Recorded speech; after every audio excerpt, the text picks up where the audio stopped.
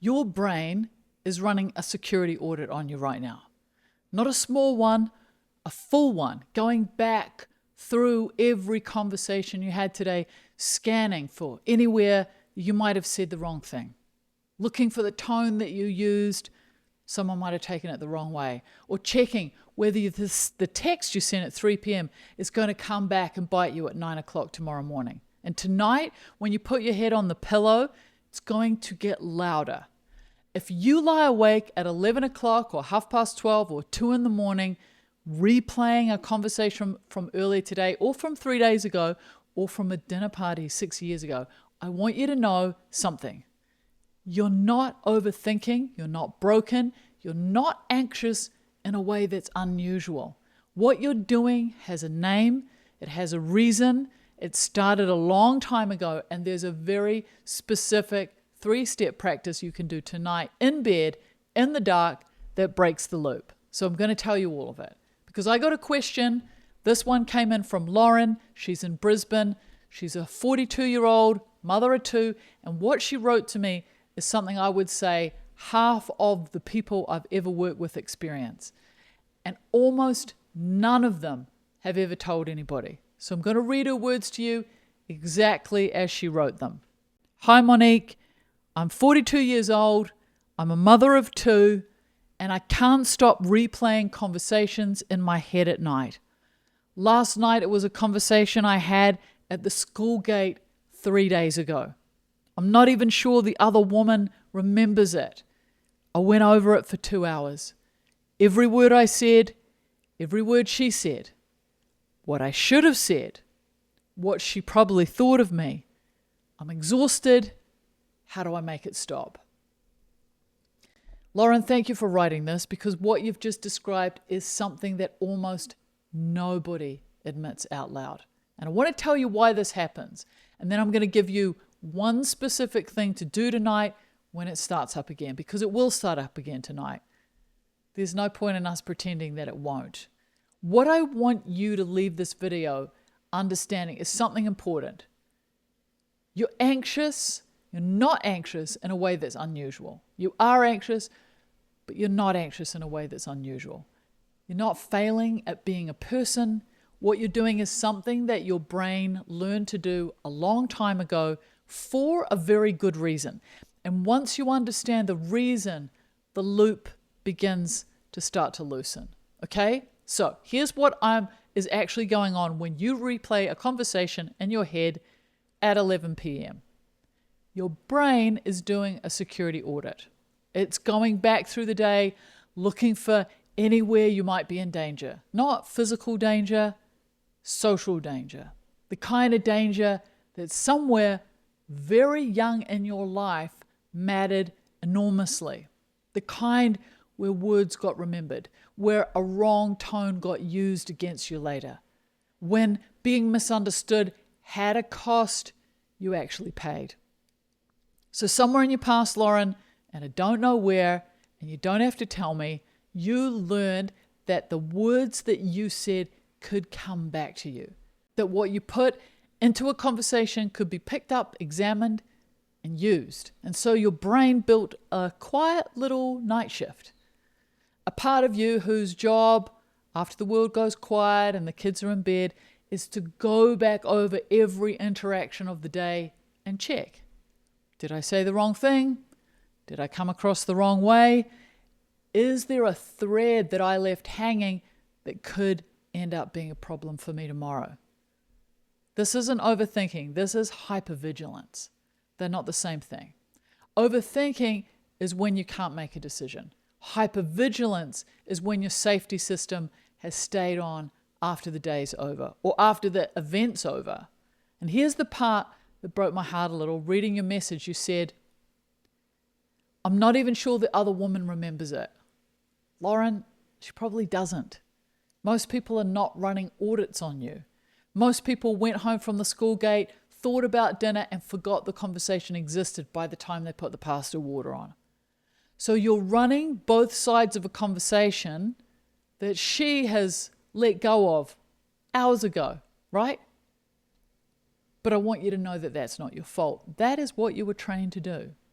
So the other thing that I want to name is why this happens specifically at night. So during the day, you have 1,000 small things in front of you. Your kids, your school run, the shopping list, the work email, the dog, your body, the toddler at the bus stop, the texture of the actual day. And all of that is occupying your nervous system. There's no room for an audit. The audit has got to wait until you stop. So you stop. You brush your teeth, you get into bed, the lights go off, the world goes quiet, and the audit comes in. This is not because your bedtime is wrong. This is because your bedtime is the first moment all day you've given your brain the room to do the audit. It's been waiting since lunchtime, and now it's got you. So I want you to understand it's not that you're particularly bad at sleeping, it's that you're particularly busy during the day and your safety system has been queuing up, waiting to get its chance. All right? I had a moment like this myself about a year ago, I remember it. Different specifics, not the school gate, but the same loop. I had a conversation with someone who, in the conversation, had said something a little bit pointed, right?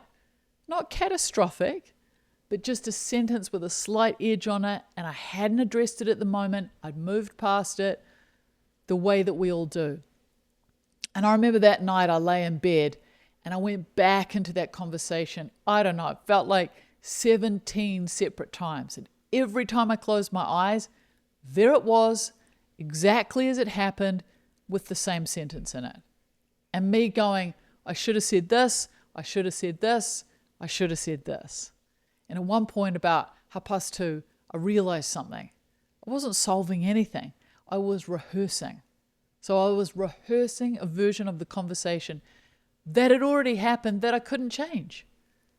You know, that the other person had probably already forgotten, and the rehearsal was just deepening the groove in my brain. And that was the night that I started doing the exact tool that I'm going to teach you how to do, right? So if you're watching this and what Lauren wrote sounded a lot like your own brain at 11 p.m., come and do the happiness quiz. The link's in the description. It's going to tell you specifically where your patterns are right now and where to start in getting yourself to a happier place. It's honest, it's free. You get a personalized PDF. The link's in the description. Take it when you've got a moment. Okay, so the thing to do. This is the 3 steps so you can remember them. Step number 1, name it. So when you notice the replay starting, you say to yourself, out loud if you're sleeping by yourself, in your head if you can't, I am running an audit. This is not problem solving. This is rehearsing. So that sentence, exactly, or your own version of it, okay? The naming matters because what we don't name, we can't interrupt. So your brain's doing the audit on autopilot. And once you name it, you've put a tiny gap between you and this loop. So you're no longer inside the conversation, you're standing next to it. Step number 2, place it. You say to the audit very gently, I see you. I know you're trying to keep me safe. Thank you. You can stop now. I know that sounds a little bit funny. I know, but do it anyway. Because you're speaking to that part of yourself that learnt this a very long time ago. And that part of you is small. It's the 8-year-old version of you, still running the same protection it ran then. You don't shout at that part. You don't tell it to go away. You acknowledge it, you thank it, you release it. So the first few times you do this, it won't work all the way. The audit will start up again 10 minutes later. That's fine. You name it again, you place it again. Step number 3, return. You bring your attention back to your body. Not to your thoughts, your body. The weight of the sheet on your legs, the rise and the fall of your belly, the sound of your own breath, anywhere physical. Because the audit happens entirely in your head and your body's in the present moment. So your body's in this bed, in this house, in this safe place. The audit is in a conversation from 3 days ago that's already over. The body is the way back. So name it, place it, return. That's the whole practice. I want to be honest with you, Lauren. This practice won't stop the replays tonight. It might soften them, but the first month you'll still wake up at 11 p.m. with the same conversation playing. But what it's going to do over the next few weeks of doing it consistently, it's gradually going to teach your nervous system that the order is no longer needed. And that is life-changing. So each time you name it, each time you place it, each time you return, you're telling that little part of yourself, you can rest now, I've got it. And one night, maybe in a month from now, you'll go to bed and the audit's not going to start. And you won't notice for a few days, and then you'll notice. And that will be the moment you realize that something has actually shifted in you. This is how this work happens. Not in a breakthrough, in a slow, gentle, repeated returning home to your own body. You're not going to stop being someone whose brain does this. You're going to become someone whose brain does this less and who knows what to do when it starts. So Lauren, thank you for asking this question that I know an enormous number of people watching this needed to hear. So if you're watching this and you've got a question you'd like me to answer, just put it in the comments here, all right? I read every single one and we'll start going through the questions as people ask them. If this video helped you, please subscribe. I make these videos for you to help teach you all how to be happier, and I would love to have you here. As always, be kind, take care, go gently in the world.